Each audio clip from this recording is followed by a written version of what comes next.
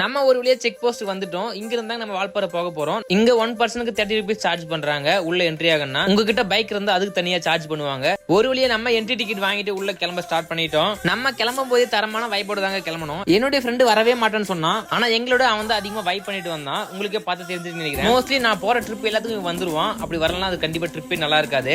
இந்த மாதிரி உங்களுக்கு ஒரு ஃப்ரெண்ட் தான் மறக்காம கமெண்ட் பண்ணிட்டு போங்க. நம்ம வால்பாறை ரோட்ல போகும்போது வந்து பாத்தீங்கன்னா இந்த ஆலியா டேமோட வியூ பாயிண்ட் அழகா தெரியுங்க. இங்க இருந்து பார்க்க அந்த வியூ பாயிண்ட் வேற லெவல்ல இருக்கும்.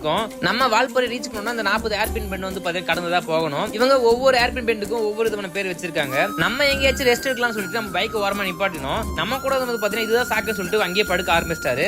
பாவங்க மனுஷன் நைட்டு ஃபுல்லா தூங்காம பைக் ஓட்டி இருந்தாரு. அதுக்கப்புறம் கேங்கா ரீல்ஸ் எடுக்கலான்ட்டு ரீல்ஸ் எடுக்க ஸ்டார்ட் பண்ணோம். பட் யாருமே அதுக்கு வந்து பாத்தீங்கன்னா ஒத்துழைப்பு தரல. இவங்க இஷ்டத்துக்கு இவங்க பண்ணியிருந்தாங்க. நம்மளும் என்ன பண்ணுவோம், நம்ம இஷ்டத்துக்கு நம்ம ஆடி இருந்தோம். ஒரு வழியா கேங்கா ஸ்டெப் போட்டு அங்கிருந்து அழகான வியூ பாயிண்ட் பார்க்க கிளம்பிட்டுங்க. அது என்ன பிளேஸ்னு அடுத்த வீடியோல போஸ்ட் பண்றேன். மறக்காம சேனலை சப்ஸ்கிரைப் பண்ணி வச்சுக்கோங்க. Bye bye, see you.